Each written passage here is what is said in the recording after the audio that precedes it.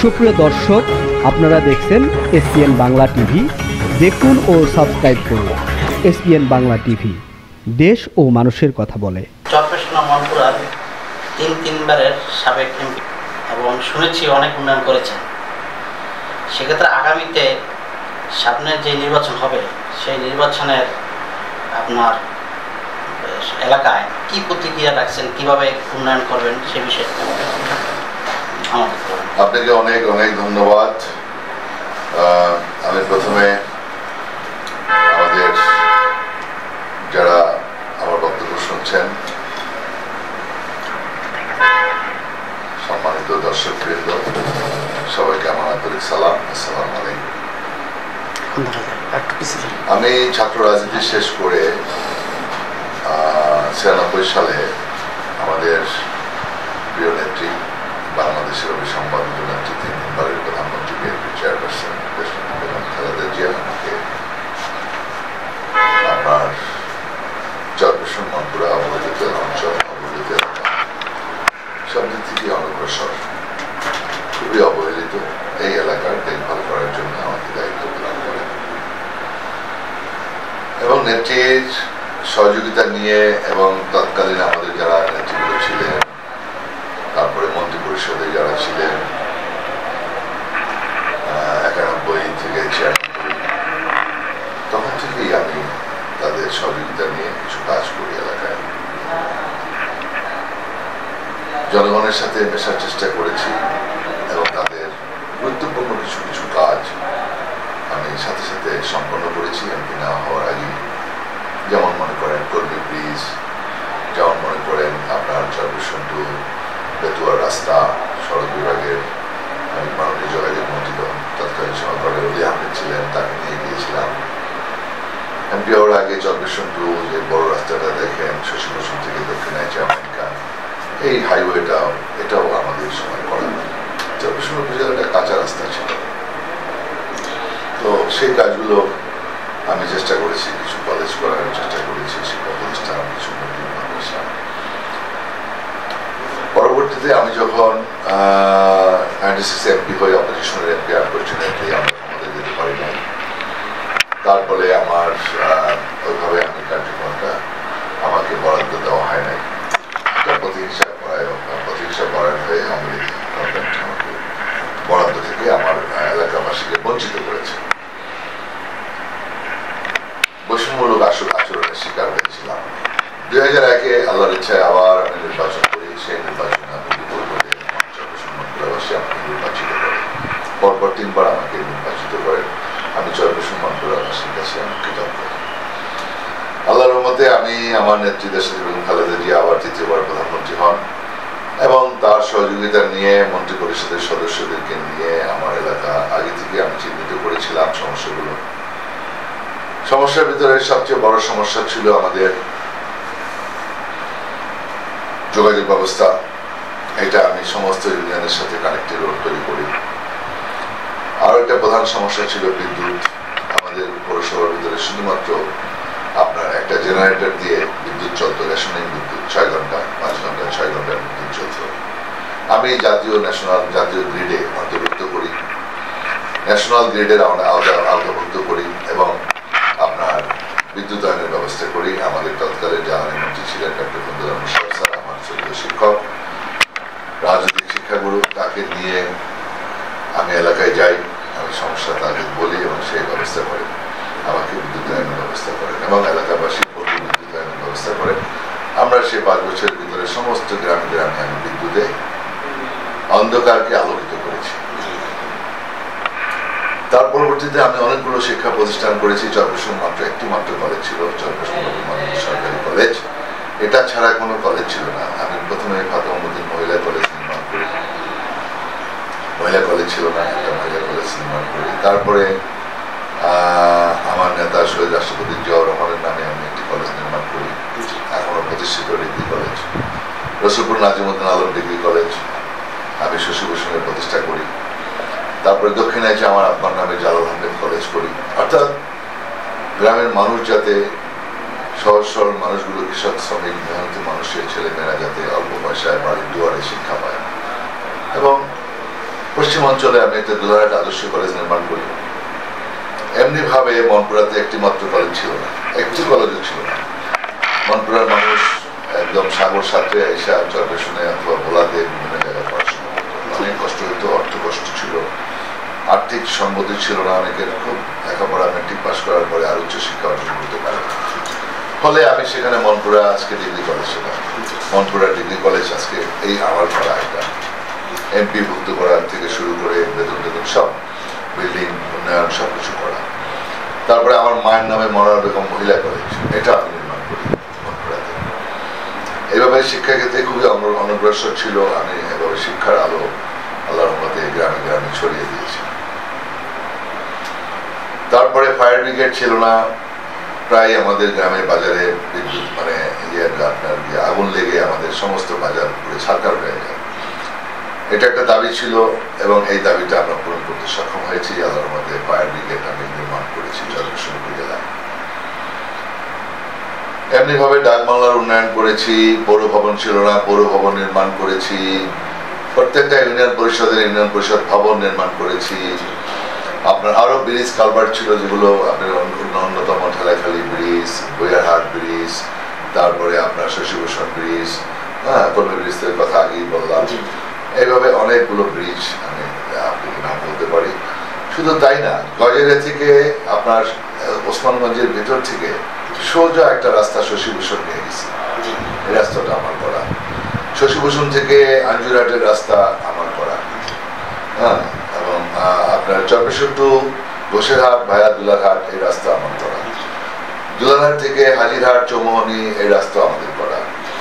জনতাবাজার থেকে ভুয়ারহাটের রাস্তা, ঠেলাখালী ব্রিজ থেকে ওখানে আসলামপুর সেই ব্রিজও আমার করা।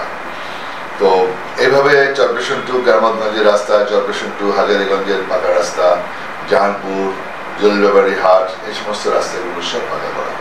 প্রত্যেকটা ইউনিয়নের সাথে আমি কানেক্টিং করেছি। হাসপাতাল আমাদের চরপেশন উপজেলা একটা জেলা হওয়ার মতো, এত লোক সংখ্যা, অনেক লোক সংখ্যা আমাদের। আপনি জানেন যে চরপেশন উপজেলাটা প্রায় 21টি ইউনিয়ন নিয়ে উপজেলা এবং একটা পৌরসভা। এত ব্যাপক লোক সংখ্যা আমি যখন দেখি যে আমার রুগীরা, সাধারণ মানুষ বিছনা পায় না, খাবার পায় না, এই জন্য তাদের দাবির প্রেক্ষিতে আমি হাসপাতাল থেকে ডাবল 50 বেডের হাসপাতাল উন্নত করি। ভবিষ্যতে আমার 100 বেড হাসপাতাল করার ইচ্ছা আছে, যদি আল্লাহ আমাকে আবার পুনরায় নির্বাচিত করে। সে ধরনের পরিকল্পনা রয়েছে হাসপাতালকে আরো উন্নত করা। কারণ এদেশের মানুষ শিক্ষা, স্বাস্থ্য এটা খুবই জরুরি, এটা আমাদের মৌলিক অধিকার। সেই অধিকারটা নিশ্চিত করতে হবে।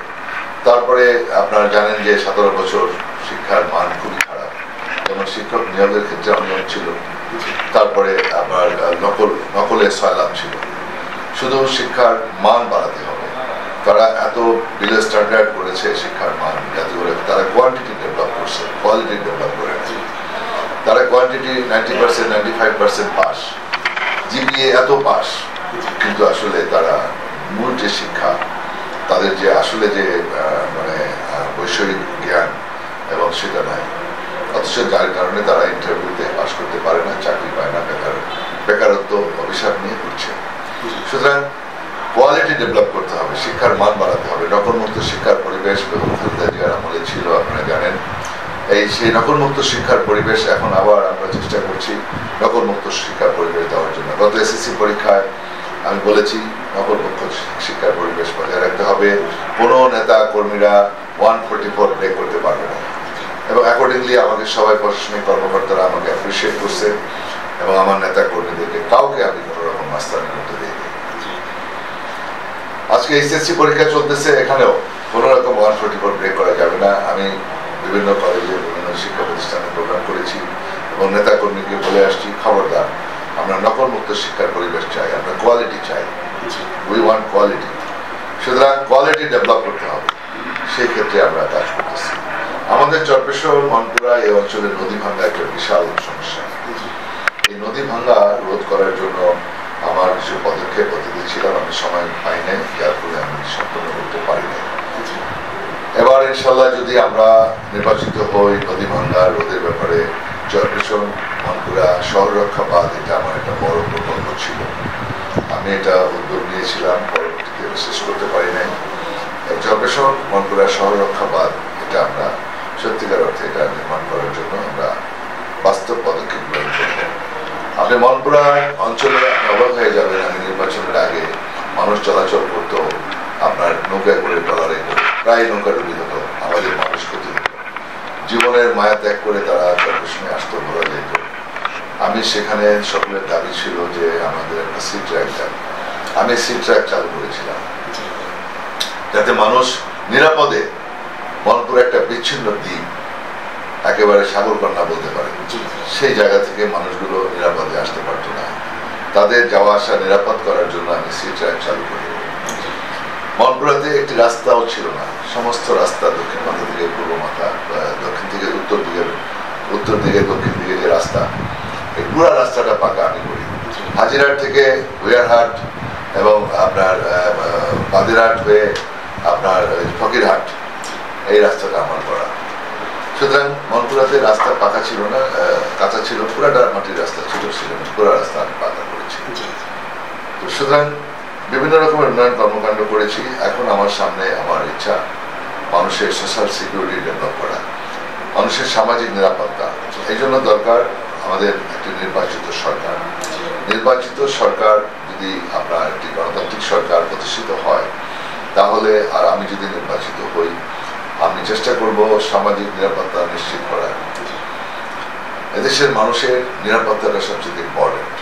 এদেশের সাধারণ মানুষ যাতে নিরাপদে চলাচল করতে পারে, তাদের ব্যবসা বাণিজ্য যাতে সুচারুরূপে তারা পরিচালনা করতে পারে, তাদের ধান খেতে ধানের চাষ ঠিক মতো করতে পারে, তাদের ফসলাদি যাতে নিরাপদে তারা বাড়িতে নিতে পারে, এটা খুব ইম্পর্টেন্ট।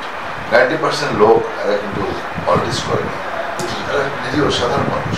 এই নিরীহ সাধারণ মানুষের নিরাপত্তা নিশ্চিত করাটা হলো রাষ্ট্রের দায়িত্ব, এবং এই দায়িত্বটা সুন্দরভাবে পালন করতে চাই। আমি রাজনীতিটা আসলে ইবাদত হিসাবে নিয়েছি। আমি মানুষের উপকার করেছি অতীতে, খবর নিয়ে দেখবেন। এই জন্য দেশের মানুষ আমাকে বারবার নির্বাচিত করে। 18 সালে আমাকে আমার নেত্রী এবং আমার ভারপ্রাপ্ত চেয়ারম্যান জনাব তারেক রহমান সাহেব, আমাদের আগামী দিনের রাষ্ট্রনায়ক, আমাদের ভবিষ্যতের আশা আকাঙ্ক্ষার প্রতীক, উনি আমাকে 18 সালে মনোনয়ন দিয়েছেন। এবং সেখানে আমি 18 সালে যখন যাই নির্বাচন করতে, সেখানে মানুষ যেভাবে আমাকে বরণ করে নিয়েছিল, সাধারণ জনগণ, এটা দেখে আওয়ামী লীগ ভয় পেয়েছে। ভয় পেয়ে তারা বিভিন্ন সন্ত্রাসী কার্যকলাপ করেছে, যাতে করে আমাদের আমার বাড়ির ভিতরে ঢুকে তারা ভাঙচুর করেছে এবং এমন একটা ভীতিকর পরিস্থিতি সৃষ্টি করেছে যাতে আমরা কেউ ভোট করতে না পারি। আমাকে একটা পোস্টার লাগাইতে দেয় না। আমার সকল নেতা কর্মীদেরকে গায়েবী মামলা দিয়ে হয়রানি করেছে, পুলিশকে দিয়ে পুলিশকে অপব্যবহার করে, প্রশাসনকে অপব্যবহার করে তারা বিভিন্নভাবে আমার নেতা কর্মীদের বাড়িতে গিয়ে হানা দিয়েছে। তাদের একটা ভীতির সঞ্চার সৃষ্টি করেছে যাতে কেউ ভোট কেন্দ্রে না যায়, যাতে তারা ভোট করতে না পারে। এই আওয়ামী লীগ ফ্যাসিস্ট মাফিয়া সরকারের অধীনে সুষ্ঠু নির্বাচন হতে পারে না, এটা আমরা বিশ্বাস করি। এবং সেদিন কেন আমরা নির্বাচনে গিয়েছিলাম, শুধুমাত্র তাদের আবারও পরীক্ষা নেওয়ার জন্য। সেই 18 সালের নির্বাচনের পরীক্ষায় তারা ফেল করেছে, ফলে 24 সালে আমরা নির্বাচনে যাই নাই। আজকে এই আওয়ামী লীগ 2008 সাল থেকে আমি মনে করি, আপনার 2008 সালের নির্বাচনে আমি নির্বাচন করেছিলাম, 1 লক্ষ উপরে ভোট পেয়েছিলাম। সেখানে আমাকে মনোনয়ন দেওয়া হয়েছিল। আমি পরপর এই পর্যন্ত যে কবার নির্বাচন হয়েছে, বিএনপি নির্বাচনে গিয়েছে, পরপর আমি নির্বাচনে প্রতিদ্বন্দ্বিতা করেছি। আমার পার্টি আমাকে যথাযথভাবেই আমাকে মূল্যায়ন করেছেন এবং আশা করি আমাকে আগামী দিনেও ইনশাআল্লাহ, যেহেতু আমি আন্দোলন সংগ্রামে সক্রিয় ছিলাম, সব জায়গায় সমস্ত কর্মকাণ্ডে আমি কখনো পিছিয়ে ছিলাম না, রাজনীতির সমস্ত আন্দোলন সংগ্রামে অগ্রভাগে ছিলাম, কখনো বরিশালে, কখনো ভোলায়, কখনো ঢাকায়। আমার এলাকার সাধারণ নেতা কর্মীরাও আপনার ব্যাপক উপস্থিতি ছিল, সরগরম ছিল এবং বিভিন্নভাবে তারা আন্দোলন সংগ্রামে পার্টিসিপেট করেছে। ফলে আমরা কোনো দিক থেকে পিছিয়ে নাই, যেমনিভাবে উন্নয়নে পিছিয়ে নাই, আন্দোলন সংগ্রামে পিছিয়ে নাই। তো আশা করি ইনশাআল্লাহ আগামী দিনে আবারও ইনশাআল্লাহ আমরা ইলেকশন, আমাদের পার্টির নীতি নির্ধারকরা অবশ্যই সুবিবেচনা করবেন এবং সেই অনুযায়ী ইনশাআল্লাহ আমাদের মনোনয়ন দেওয়া হয়। আল্লাহর ইচ্ছায় ধানের শীষকে নিয়ে আমরা আবার বিজয়ী করে আমার প্রিয় নেত্রী দেশনেত্রী বেগম খালেদা জিয়াকে এবং আমার প্রিয় নেতা ভারপ্রাপ্ত চেয়ারম্যান জনাব তারেক রহমানকে উপহার দেব ইনশাআল্লাহ। আলহামদুলিল্লাহ। আসলে আপনার কথা শুনে অনেকটাই জনগণের সাথে আপনার কথার সাথে অনেকটাই 100% না হলে 99% মিল আছে। কিন্তু আরেকটা কথা বিষয় হলো জনগণ কিন্তু শুধু আপনার দিকে তাকিয়েছে যে আসলে চরপেশাটা মন্ত্রণার জন্য আপনি ভবিষ্যতে কি করছেন কি করবেন, হ্যাঁ, কিন্তু আসলে সেই বিষয়টাই আমরা এখন পাইলাম, যাতে সামনের ভবিষ্যতে তারা সেভাবেই আশা করছেন আপনার কাছ থেকে। সেটাই আমার হলো যে আপনার স্বাস্থ্য, শিক্ষা, এদেশের জনগণের, আমি যে বললাম যে রাজনীতিটা আসলে ইবাদত হিসাবে নিতে হবে। রাজনীতি ইবাদত, আমি দেশের জনগণের সেবা করছি, সেবক হিসেবে কাজ আমি এবং সেভাবেই চিন্তা করে কাজ করছি। এবং এই জন্য আমার সাধারণ মানুষগুলো তারা আমাকে বুঝতে পেরেছেন। আমি 35টা বছর এটা আওয়ামী লীগের একটা ঘাঁটি ছিল, এই আওয়ামী লীগের ঘাঁটিকে আমি বিএনপির ঘাঁটিতে পরিণত করেছি। আমি আমার নেত্রীকে উপহার দিয়েছি বারবার, এবং ইনশাল্লাহ ভবিষ্যতেও আমি আমার ধারাবাহিকতা আমি রক্ষা করবো এবং দেশের মানুষের তাদের সুখে দুঃখে পাশে থাকবো। যেমনিভাবে অতীতে ছিলাম, ভবিষ্যতেও জনগণের নিরাপত্তা নিশ্চিত করব। আশা করি একটি গণতান্ত্রিক সরকার প্রতিষ্ঠিত হলে দেশের আইনের শাসন কায়েম হবে। আপনি জানেন আমার নেতা জনাব তারেক রহমান সাহেব তিনি 31 দফা সাবমিট করেছেন। এই 31 দফার ভিতরে আমাদের যে দলিল, এই দলিলটা যদি আমরা ফলো করতে পারি, এটা যদি বাস্তবায়ন করতে পারি, এই দেশে একটা স্বয়ংসম্পূর্ণ একটা সুন্দর বাংলাদেশ আমরা পরিণত করতে পারবো। সেই স্বপ্ন নিয়েই, সেই লক্ষ্য নিয়ে আমরা এগিয়ে যাচ্ছি ইনশাআল্লাহ। জি, ধন্যবাদ আপনাকে। আপনাকে অনেক ধন্যবাদ। আসসালামু আলাইকুম।